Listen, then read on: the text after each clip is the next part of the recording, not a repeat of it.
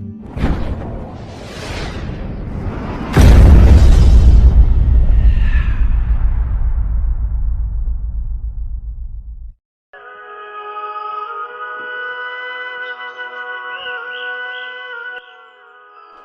मैं संग्राम आप सभी को स्वागत करता हूं मेरे यूट्यूब चैनल के टू इंडिया पर इतिहास की एक नई कहानी, नई एपिसोड के साथ।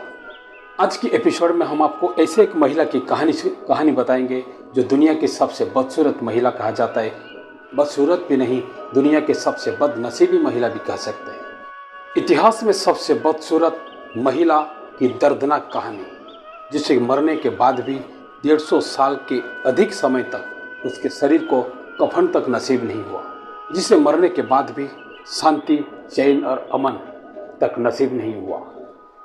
जन्म के समय से ही जूलिया को 2 गंभीर बीमारी थी। एक था हाइपोट्रिचोसिस लाइनोजिनोस, जिसके कारण उसकी शरीर पर घना बालों के साथ साथ उसके मुंह पर दाढ़ी मूछें थी।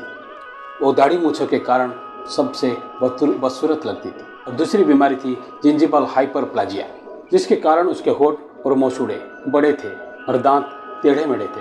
कोई जूलिया को बियर वुमन कहता था तो कोई आपे वुमन कहता था। जूलिया के जन्म के बारे में ज़्यादा कुछ जानकारी नहीं मिलती। कोई कहते हैं उसके माता पिता ने जन्म के बाद उसको जंगल में मरने के लिए छोड़ दिया था।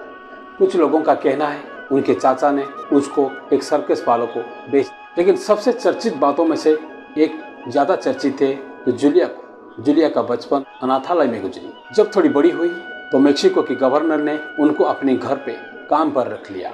गवर्नर के घर पर रहते हुए जूलिया ने अपने जीवन में काफ़ी कुछ सीख लिया। उन्होंने वहाँ पर रहते हुए सिंगिंग और डांसिंग भी सीख ली थी। साथ में कई सारी भाषाओं को भी उनने सीख ली थी, जैसे फ्रेंच, इंग्लिश, स्पेनिश भाषा को उनने अनर्गल कहती थी।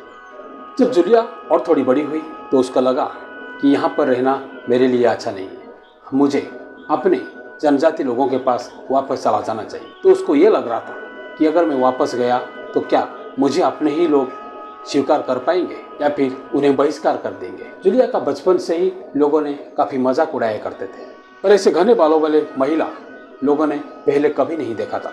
1854 में जूलिया को किसी ने सलाह दी कि तुम्हारे अंदर जो प्रतिभा है तुम उसका प्रदर्शन करो, तो उसको सर्कस ज्वाइन करने के लिए सलाह भी दिया गया। जूलिया ने सोचा कि अपनों के पास जाने से अच्छा कि मैं सर्कस ज्वाइन कर लूँ। जूलिया ने एक अमेरिकी सर्कस पे ज्वाइन कर ली। दिसंबर 1834 को ब्रॉडवे के गौतिक हॉल में उसकी पहली बार प्रदर्शित किया गया।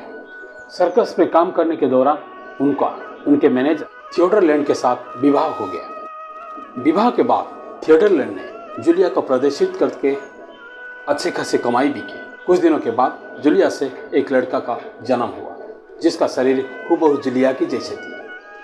उसकी जन्म से 3 दिन के अंदर लड़का की मौत हो गया, लेकिन प्रसव करने के 5 दिन के अंदर जूलिया का भी मौत हो गया। प्रसव का 5 दिन के बाद 25 मार्च 1860 को जूलिया का मौत हो गया। मौत के वक्त जूलिया को 25 वर्ष की उम्र थी।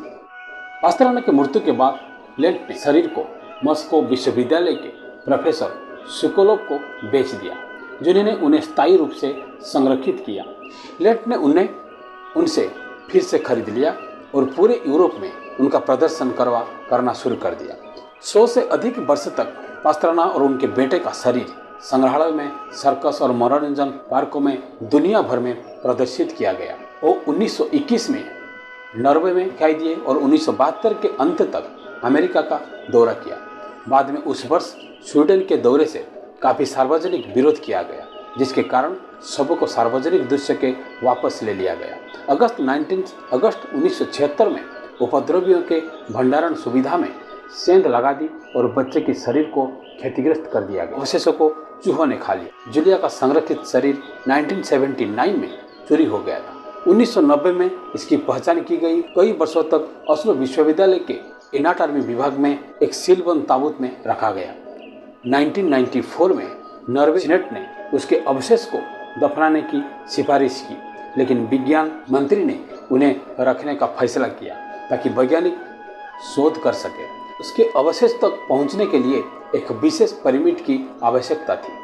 फरवरी 2013 में सिनालोआ राज्य के गवर्नर मोरियो लोपेज बाल्टोजे और अन्य लोगों की मदद से शरीर को सिनालवा की सरकार को सौंप दिया गया और उसके अवशेषों को उसके जन्म स्थान के पास एक शहर सिनालवा एलेवा में एक कब्रिस्तान में दफनाया गया।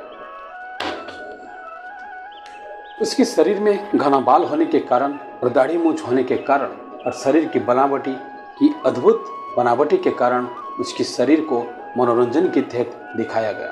पूरी दुनिया भर में थिएटर से लेकर सर्कस तक सभी लोगों ने उससे बहुत पैसा कमाया, लेकिन आखिर उसको 150 साल तक ना दफना कर उसके साथ बड़े नाइंसाफी भी हुई। आखिर में इंसानियत जागी और उसके शरीर को दफनाया गया। 150 साल के बाद उसको न्याय मिला। ऐसे अनेक कहानी है जो हमारे नज़र से दूर है, लेकिन हमें आज भी ऐसे कहानियों को उजागर करना चाहिए। आज के एपिसोड में इतना ही, फिर मिलेंगे एक नई एपिसोड के साथ। तब तक के लिए विदाई लेते हैं। नमस्कार।